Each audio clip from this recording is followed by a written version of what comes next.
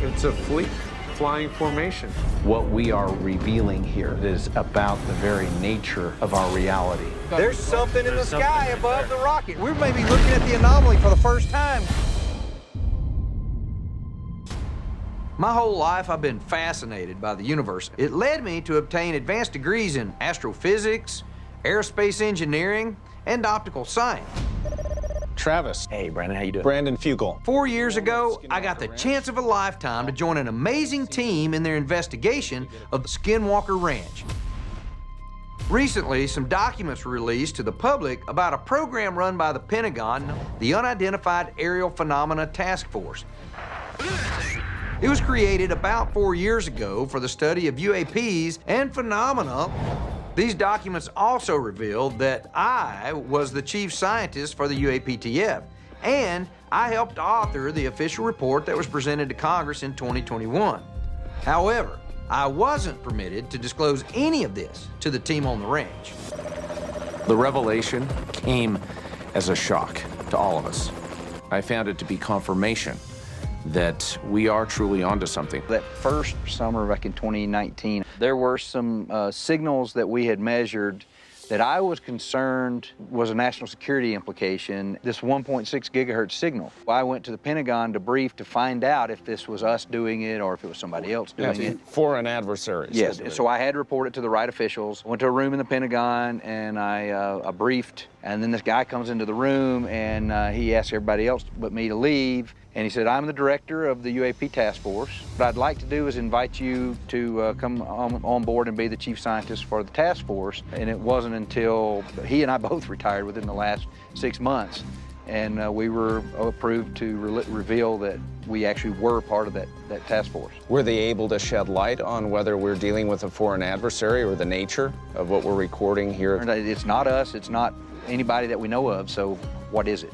It was hard for me to keep information from everyone on the ranch because it's critical that we act and feel like a team. But I also completely understand why the government needed me to keep some things confidential. Now that I've left the UAP task force, there'll be no more need for secrets. Thank you, everyone, for your continued hard work. Let's press onward. We got a lot to do. I'm gonna take the color camera. We're gonna put it right up here. We welcome Burdette Anderson from a company called Photron Cameras to help us with a new experiment at the Triangle. He specializes in a high-speed camera system. Our plan was to launch rockets up through the Triangle where we've seen numerous UAPs and detected what we believe to be some kind of anomaly between 300 and 5,000 feet. Okay, it's on? Yeah. While Burdette photographed each launch at 1,000 frames per second with both color and infrared cameras. 3, 2, 1. Hey, did you see that? It turned before it could get to wherever the anomaly is. I noticed that in mid-air, it suddenly veered a little off course, like it ran into something invisible that deflected it. Hey, we got a light there that's moving. Where? Yeah, we got it. There it is, right there. No. Eric, we got something moving right overhead of us right now. Did it look like it just sped up to y'all? Yes. It did. It just sped up. I've got eyes on the ADS-B map. You know, I get aircraft as far out as 130 miles. There's nothing over us. There's nothing near us. It's still going. Look at it. It just vanished. One more sparky rocket. Oh, we got a malfunction. Everybody watch out. Oh! Oh. Oh, it's on fire. We got a fire. We got a fire.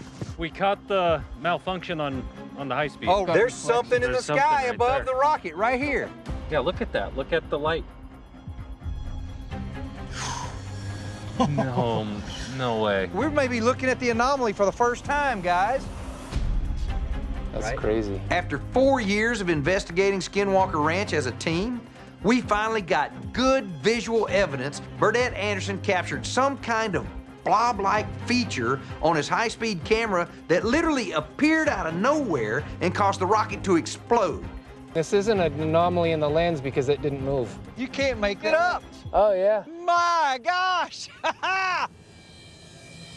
Helicopter, helicopter, coming right over. I am getting no helicopter above the ranch on the ADS-B receiver here. Helicopter Coming turn back around. It's coming back. Again, Travis, this aircraft is not transponding. Someone's taking an interest in what we're doing. The only thing this could be is a military helicopter spooking us and pissing us off. Are we being spied on while we conduct our operations? We couldn't wait to review the high-speed camera footage. It's clearly becoming illuminated or something, and it's growing in size, and it looks like an object right there. But there's something else going on, I think. Yep, right as the rocket gets there. Boom! Could this blob-like thing that appeared just 31 feet high be the anomaly that we've been trying to pinpoint at the triangle for the last 4 years? If so, then what the heck could it be? I've decided it's time to invite a colleague of mine here, Jay Stratton. Jay was not only a career defense intelligence official for the federal government, but he was also my former boss in the Unidentified Aerial Phenomena Task Force. And between 2007 and 2011, he helped create and run a government program with former Skinwalker Ranch owner Robert Bigelow to investigate the bizarre phenomena happening on the property. We're going to use you today as part of an experiment, but I'm not going to tell you what that experiment is until afterwards because I don't want to taint the outcome of the experiment. I've heard him say many times how he strongly believes Skinwalker Ranch seemed to react to his presence. Eric and I have come up with an experiment to test if the ranch reacts to Jay being back here after 11 years. We should be good to go, guys. Eric has outfitted the Jeep. After our tour with Jay, we'll duplicate the exact route without him on the property. That will allow us to compare the collected data sets. We'll start the tour in the eastern portion of the ranch. From there, we'll head to the triangle, travel west past the Mesa drill site, and then on to Homestead 2. Where do you think the line was in the It was road? at that tree. I'm pretty sure that's the tree.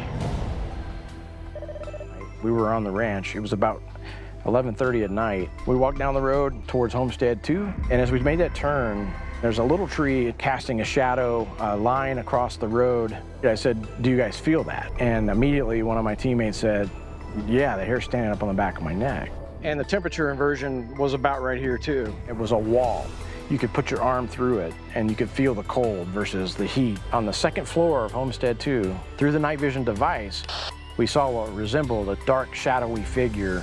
It was up in there. We could see in the distance what looked like a shadow figure or a dark person. There is no floor there, though. That's kind of bizarre. After we visited the last stop on our ranch tour with Jay, we finished up with him and had him leave the ranch. The day after we completed the control run, Eric and I processed all the data. This follows all of the roads that we took. This was without you here on the ranch. Now, I'm going to bring up the data generated during your visit. I've colored it red, of course, and at first glance, it conforms to the same path. We should be seeing a lot more than we're seeing. You should be. But now look where the data actually is. Way underground. Wow. And if you look, when you go to the next dip, that's where you stopped and said, this is the tree. It shows that Jay went underground just after passing the Mesa drill site.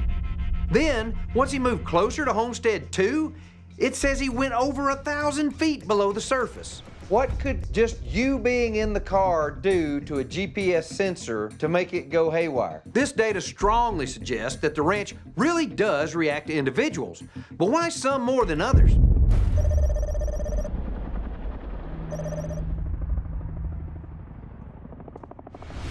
This morning, while we were waiting for ranch owner Brandon Fugel and his brother Cameron, something really unsettling happened. Is this not aggression? 2 U.S. military Chinook helicopters flew very low over the ranch, circling above the Mesa and the Triangle area for several minutes. And of course, they don't identify themselves. What were these military helicopters doing above the ranch, and why now? This is extraordinarily unusual. Obviously, there's ADS-B data that shows military aircraft. None. And there were no visible markings on them either. They were all blacked out. It seems the closer that we are getting to the answers, the more elevated military surveillance becomes.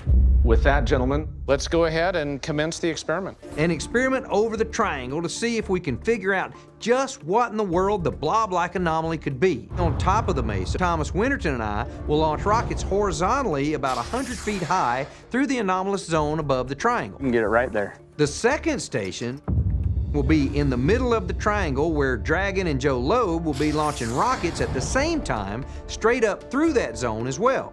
Cameron Fugel will fly Brandon, Eric, and Caleb in the helicopter above and safely off to the side of the triangle. Oh, yeah! Wait, Thomas, look, right there, right above the horizon. There's something moving this way. It's like, Orange light. Yes. Do you guys copy? It's moving pretty fast. It's moving south quickly. It just switched off like a switch. we still got a lot of rockets to launch here. We're getting a lot of static interference on the radios. You know, I don't think I've ever seen noise like this before. Really? It's broad spectrum. Oh, what the hell? What do you got? Just something went by. It looked like small orbs. There's another one. At the same time, we're seeing these elevated levels of RF noise. He's only seeing them in this night vision technology. Here's one, right underneath us. I don't know whether to be terrified or excited. Brandon, I'm uncomfortable. Yeah, I've got this clenched feeling in my chest. I feel exactly the same. Pressing. Yeah, that's a good description of it. Yeah, let's take it down. Cameron made the right call. I say we close up shop and then start looking through the data. This is a camera on the exterior of the helicopter just above the Mesa. Went behind the Mesa. It appears as if there's a corresponding light and illuminated area, what I interpret to be directly below this thing. You know where that is? It's right by the petroglyph. An indigenous group known as Blazing Bear performed an ancient drumming ceremony in the East Field right near a petroglyph and a spiral of boulders up on the Mesa that were made hundreds of years ago and are believed to represent an interdimensional portal. A mysterious anomaly appeared on the Mesa right on the spiral of boulders during the ritual. Then, two large sphere-like orbs suddenly appeared and flew right into it. Did we stimulate the same thing last night? Mesa out of the Mesa. It looked just like what I was seeing in my night vision at high altitude. You realize that we're talking about objects looking like they're flying into the actual stone of the Mesa and then appearing and coming back out. I have to think this is going on more than we have suspected to this point. Absolutely. It's awful lucky for us to fly once and see this, right? Yeah. Awfully Yeah. lucky. Yeah. You ready for this? Let's get to moving. For tonight's experiment, the teams will be situated all around the triangle. The guys from New Salt Laser will have 3 space cannons positioned at each corner of the triangle, projecting high-power beams that will encompass the anomalous zone. But that's just the beginning of what we're doing tonight. We're also going to scan the nearby Mesa with a projection laser. You're good. It will be broadcasting audio that we recorded during a recent sound ritual experiment with an indigenous organization named Blazing Bear. Finally, the team from Sky Elements fly 250 illuminated drones equipped with GPS sensors in pre-programmed formations. Hopefully, it will further help us pinpoint and identify what the phenomena we've detected there actually could be. All right. Travis, I'm set up over here. Lasers up. Drones are armed. Oh, hold up. System just crashed. Malfunction, guys, malfunction. We're having an interference issue right now. We're not really sure what's doing it. We're gonna go ahead and let us know when you're ready. All right, we're going hot with the rockets. 5, 4, 3, 2, 1. Where the others going? What's going on? Well, that was weird. Did you notice none of the rockets went straight up? But it looked like they were all redirected at about 31 feet high where we first saw the blob. We needed to launch our next round of more powerful rockets to see if they would make it through that zone or be deflected too. Okay, I've got eyes on the flare. 3 rockets went. What happened to the other 2? Oh, watch out. Oh, what? There we go.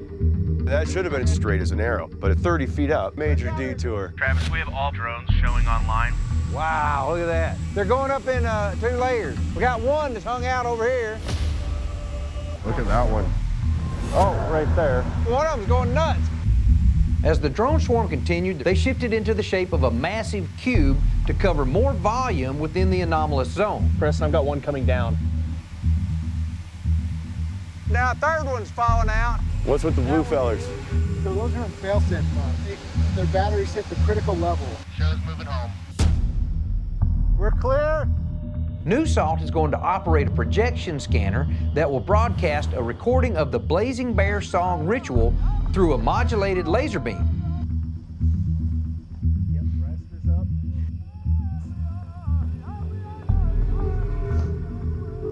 We could suddenly hear a different, mysterious signal interfering with it. There's some other modulation going on there. All right, this is gonna be a staggered launch. I got something in the FLIR right here. What? Something in the FLIR? Right here. It looked like a thin line appear in this area right here. Oh, shit. It went from a line into many bright lights. Wow.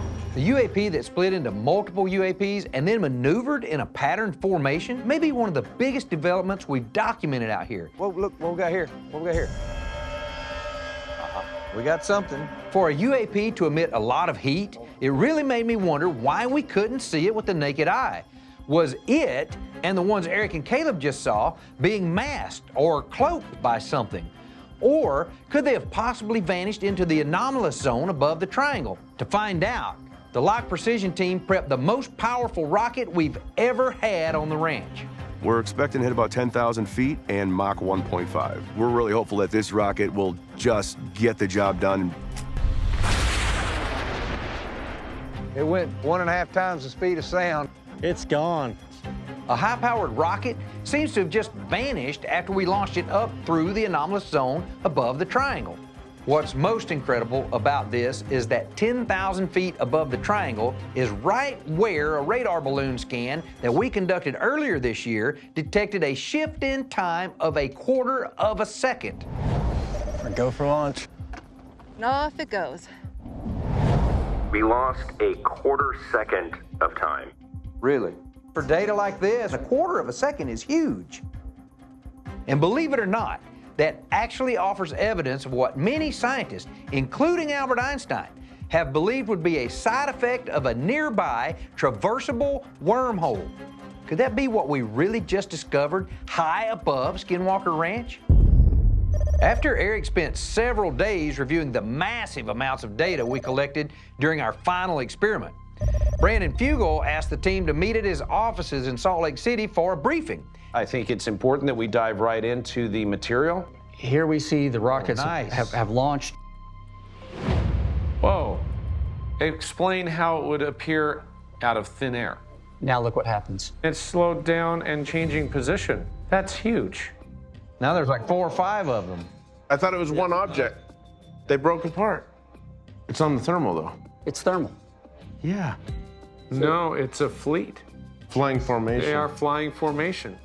If they're being controlled from somewhere, then there's a signal that would be being broadcast between them, updating their information. Could these things have been formation flying through remote or somehow in communication with each other?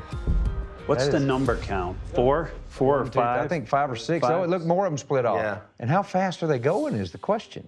This is one of the most fascinating pieces of data so far in the nearly 4 years that I've been coming out to the ranch.